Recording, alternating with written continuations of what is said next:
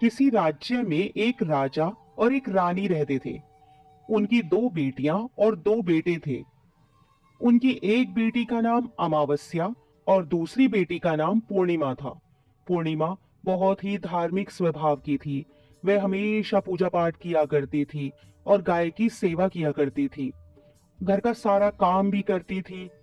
लेकिन अमावस्या का पूजा पाठ में कोई मन नहीं लगता था। वह कभी भी न तो कोई पूजा करती, न ही कोई घर का काम करती थी। दोनों बहनें एक दूसरे से बहुत प्यार करती थीं। राजा रानी का व्यवहार भी पूर्णिमा के प्रति अच्छा नहीं था। वह अमावस्या को तो चाहते थे और अपने दोनों पुत्रों से भी प्यार करते थे, लेकिन पूर्णिमाशी को नहीं करते थे। धीरे धीरे समय निकलता है।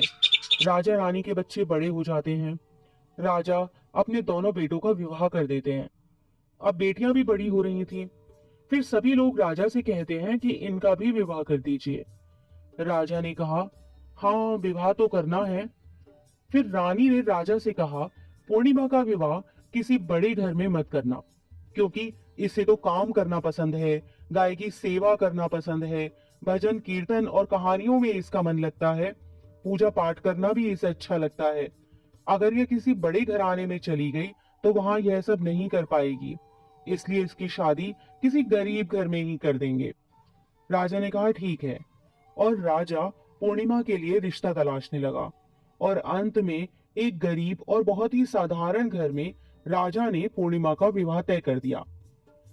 तब रानी ने कहा, महाराज, अमावस्या भी तो शादी के योग्य हो गई है, इसके लिए भी वर देखिए। दोनों बहनों का विवाह एक साथ ही कर देंगे। राजा ने उसी गांव के राजा के बेटे के साथ अमावस्या का विवाह तय कर दिया। राजा ने रानी को बताया तो वह बहुत खुश हुई और मन ही मन सोचने लगी, अब देखते हैं कि ये पूर्णिमा गरीब के घर में कैसे रहती है, बहुत पूजा पाठ वाली बनती है, इसके भगवान इसकी क्या मदद करते हैं। फिर समय आने पर राजा ने अपनी दोनों बेटियों का विवाह कर दिया। अमावस्या को बहुत धन दौलत दी, लेकिन पूर्णिमा को कुछ भी नहीं दिया। पूर्णिमा के भाई भाभी उससे बहुत प्यार करते थे, क्योंकि वह अपनी भाभीयों का काम में हाथ बटाती थी। लेकिन अमावस्या उन पर रौब जमाती, उनसे अपने काम कराती, इसलिए अमावस्या के प्रति भाभीयों का ज्यादा स्नेह नहीं था। फिर अमावस्या और पूर्णिमा दोनों अपने अपने ससुराल चली गईं। एक बार की बात है, अमावस्या ने अपने घर में शिव चर्चा रखी। सबको बुलाया गया, लेकिन उसने अपनी बहन पूर्णिमा को नहीं बुलाया। पूर्णिमा अपने दरवाजे पर बैठी थी तो गांव की औरतों ने कहा, तुम्हारी बहन ने अपने घर शिव चर्चा रखी है, तुम नहीं जाओगी क्या?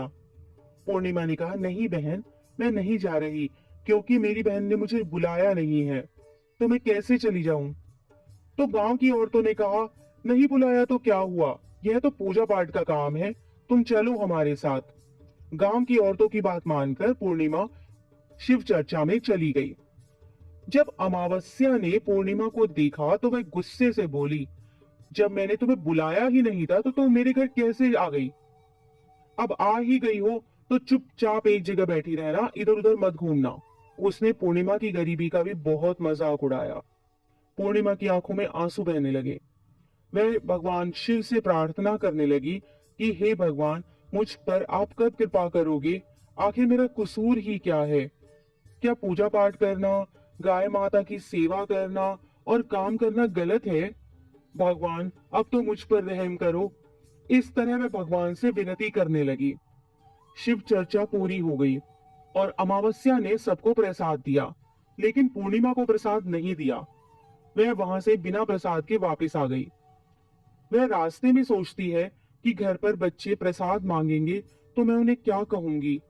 फिर उसके मन में एक विचार आया कि क्यों ना अपने भाई भाभी से ही मिलकर आ जाऊं। वह अपने पति और बच्चों को बताकर अपने मायके जाने के लिए निकल गई। चलते चलते उसे एक तुलसी का पेड़ मिला। वहां एक चबूतरा बना था, जिस पर एक बूढ़ी माई बैठी थी। उस बूढ़ी माई ने पूर्णिमा से कहा, बेटी तुम कौन हो और कहाँ जा रही हो? तब पूर्णिमा ने बूढ़ी माँ को अपना परिचय दिया और फिर बूढ़ी माँ ने कहा, बेटी देखो, मेरा तुलसी का पौधा सूखा जा रहा है, इसमें थोड़ा जल डाल दो और चबूतरे की भी धुलाई कर दो। तो थोड़ी ठंडक मिलेगी। पूर्णिमा ने बहुत अच्छे तरीके से चबूतरे को धोया, तुलसी में जल दिया और तुलसी की पूजा की। उसने बूढ़ी माँ को भी स्नान कराया और उनके चरण दबाए। फिर पूर्णिमा ने कहा, माँ जी, और कोई काम हो तो बता दीजिए, अगर नहीं है तो क्या मैं जाऊं? तो बूढ़ी माँ ने कहा, नहीं बेटी, और कोई काम नहीं है, अब तुम जाओ। और उसे खूब आशीर्वाद दिया। लेकिन तुम अपने मायके से लौटते समय मुझसे मिलकर जाना। उसने कहा, ठीक है माँ। और वह आगे चल पड़ी। चलते चलते रास्ते में उसे एक शिव मंदिर मिला। वहां भी एक चबूतरा था। उस पर एक बूढ़े बाबा बैठे हुए थे। वे और कोई नहीं, स्वयं शिव भगवान थे। लेकिन पूर्णिमा उन्हें पहचान नहीं पाई। बूढ़े बाबा ने कहा, तुम कौन हो बेटी? तो पूर्णिमा बोली, क्या बात है बाबा? बाबा ने कहा, बेटी, क्या तुम इस मंदिर की सफाई कर दोगी? बहुत गंदा हो गया है। और चबूतरा भी धो देना। मेरे नहाने के लिए 2 बाल्टी पानी भर दो, तो तुम्हारा बहुत एहसान होगा। पूर्णिमा ने खुशी खुशी बाबा के सारे काम कर दिए और भगवान शिव की पूजा की। थोड़ा और आगे चली तो उसे काली माता का मंदिर मिला। काली माँ भी एक बूढ़ी माँ के रूप में वहां बैठी थी। काली माँ ने कहा, बेटी, कौन हो? तो पूर्णिमा ने अपना नाम बताया और कहा, क्या बात है माँ जी? तो बूढ़ी माँ ने कहा, बेटी, जहाँ सब पूजा पाठ करके तो चले जाते हैं, कोई मंदिर साफ नहीं करता। देखो मंदिर कितना गंदा हो गया है, जरा इसकी साफ सफाई कर दो। पूर्णिमा ने मंदिर की साफ सफाई की और उसने काली माँ का श्रृंगार किया, पूजा की। उसके बाद बूढ़ी माँ को भी स्नान कराया और उसके हाथ पैर दबाए। फिर वह आगे बढ़ी तो एक नदी मिली। वहां भी एक बूढ़ी माँ बैठी थी और वह और कोई नहीं, स्वयं गंगा मैया थी। उन्होंने कहा, बेटी, तुम कौन हो? तब पूर्णिमा ने अपना नाम बता दिया। और फिर बूढ़ी माँ ने कहा, बेटी, यहाँ सब स्नान करके तो चले जाते हैं, लेकिन कोई सफाई नहीं करता। तुम यहाँ की साफ सफाई कर दो। उसने वहां की भी साफ सफाई कर दी। फिर वह बूढ़ी माँ भी उसे आशीर्वाद देने लगती है। फिर वह एक नाव में बैठकर नदी के उस पार चली जाती है। नाव में फूल बिछे होते हैं। वो फूलों की नाव में बैठकर अपने मायके पहुंच जाती है। उसके भाई भाभी पूर्णिमा को देखकर बहुत खुश हो जाते हैं और उसकी खूब खातिरदारी करते हैं। फिर सब खूब बातें करने लगते हैं। सुबह जब ननद जाने को तैयार होती है तो भाभी ने उसे एक लाल साड़ी दी और कहा, नंद जी, इस साड़ी को पहन लो और हाँ, जल्दी जल्दी आया करो, बहुत दिनों के बाद आई हो। तो पूर्णिमा ने कहा, ठीक है भाभी, आप जब भी मुझे बुलाओगी मैं तभी आ जाऊंगी। और फिर पूर्णिमा ने खुश होकर वह लाल साड़ी पहन ली और श्रृंगार भी किया। भाभीओ ने थैला भरकर उसे धन और गहने दिए। पूर्णिमा घर से निकल गई। चलते चलते रास्ते में फिर वही नदी मिली और नाव में बैठकर वह नदी के दूसरे पार आ पहुंची। तो वही बूढ़ी माँ मिली जो गंगा मैया थी। उन्होंने कहा, बेटी, आ गई अपने मायके से? तो पूर्णिमा ने कहा, हाँ माँ जी। तब बूढ़ी माँ ने एक थैला दिया और कहा, इसे ले जाओ। मैं कहाँ रखती फिरूंगी, ये बहुत भारी है।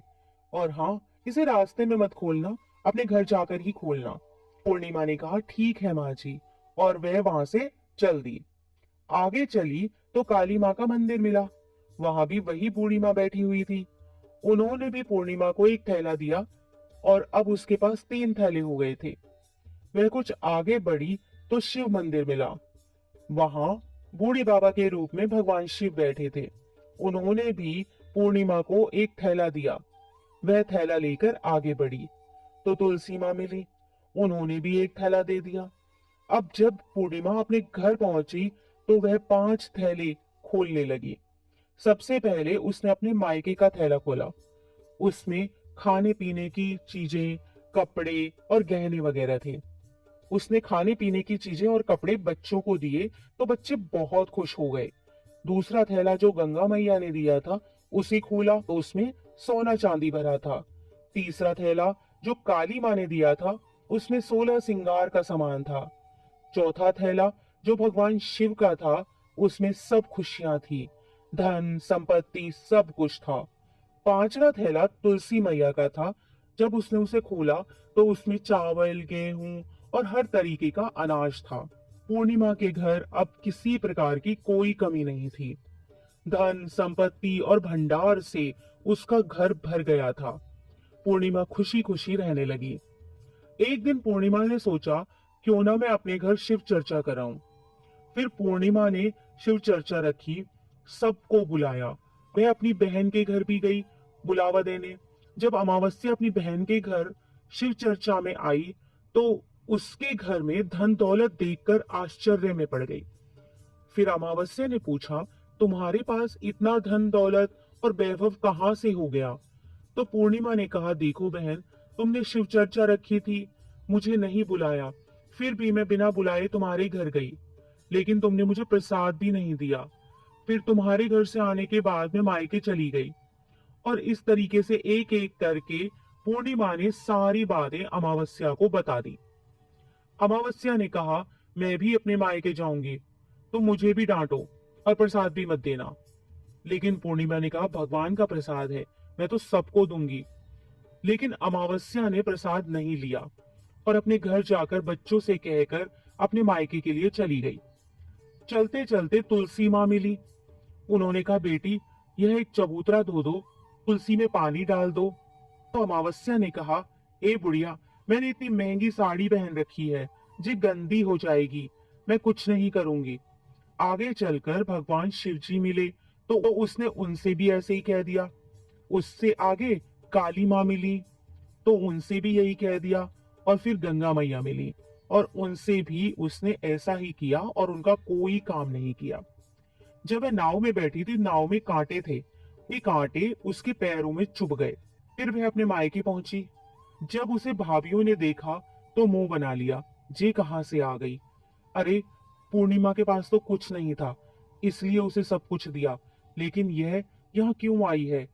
चलो कोई बात नहीं, अब आ ही गई है तो क्या कर सकते हैं। उन्होंने अमावस्या से कहा, आओ जीजी बैठो। अमावस्या खाना खाकर सो गई। सुबह हुई तो अमावस्या ने कहा, भाभी अब हम चलते हैं। तो भाभी ने कहा, ठीक है। तब अमावस्या ने कहा, भाभी, पूर्णिमा को तो आपने थैला भरकर सामान दिया था, मुझे कुछ नहीं? तो भाभी ने कहा, जाओ, तुम्हारे घर थैला पहुंचा देंगे। फिर अमावस्या चल दी तो गंगा मैया मिली। गंगा मैया ने कहा, आ गई बेटी? तो उसने कहा, आपने पूर्णिमा को तो थैला भरकर दिया था, मुझे कुछ नहीं दोगी? तो गंगा मैया ने कहा, ठीक है, जाओ बेटी, हम तुम्हारा सामान तुम्हारे घर भिजवा देंगे। ऐसे ही भगवान शिव ने, काली माँ ने और तुलसी माता ने कह दिया। जब वे घर पहुंची तो उसके आंगन में 5 थैले रखे थे। जब अमावस्या सारे थैले खोलती है तो किसी में मिट्टी, किसी में ईंट पत्थर, किसी में सांप बिच्छू थे। उसने अपना माथा पीट लिया और कहा, हे भगवान, हमें मायके में भी कुछ नहीं मिला और इधर भी कुछ नहीं मिला। फिर अमावस्या दौड़कर पूर्णिमा के पास जाती है और कहती है, तुझे इतना सब मिला लेकिन मुझे तो कुछ भी नहीं मिला। तो पूर्णिमा ने कहा, जब मैं मायके जाती हूँ तो भाभीियों की मदद करती हूँ, तुमने तो भाभीियों की मदद कभी नहीं की, तो भाभी तुमको क्या देती? गंगा मैया को भी तुमने ठुकरा दिया, शिव जी, काली माँ और तुलसी माँ, सबको ही तुमने ठुकरा दिया, इसलिए भगवान ने तुम्हें कुछ नहीं दिया। अमावस्या कहती है, बहन मुझे माफ कर दो, मैंने सदा तुम पर अत्याचार किए हैं, लेकिन इसमें मेरा कोई कसूर नहीं था। तुम मुझे भी विधि बतलाओ जिससे मैं भी भगवान की भक्ति करके सब कुछ पालूंगी। तो पूर्णिमा ने कहा, बहन देखो, 3 ही बातें हैं ज्ञान की। पहली, सब पर दया करना, दूसरी, चर्चा करना, और तीसरी है 108 बार ओम नमः शिवाय का जाप करना। बहन, भगवान ने जो 3 सूत्र दिए हैं वे प्रसाद के रूप में स्वीकार कर लो और हृदय में बसा लो।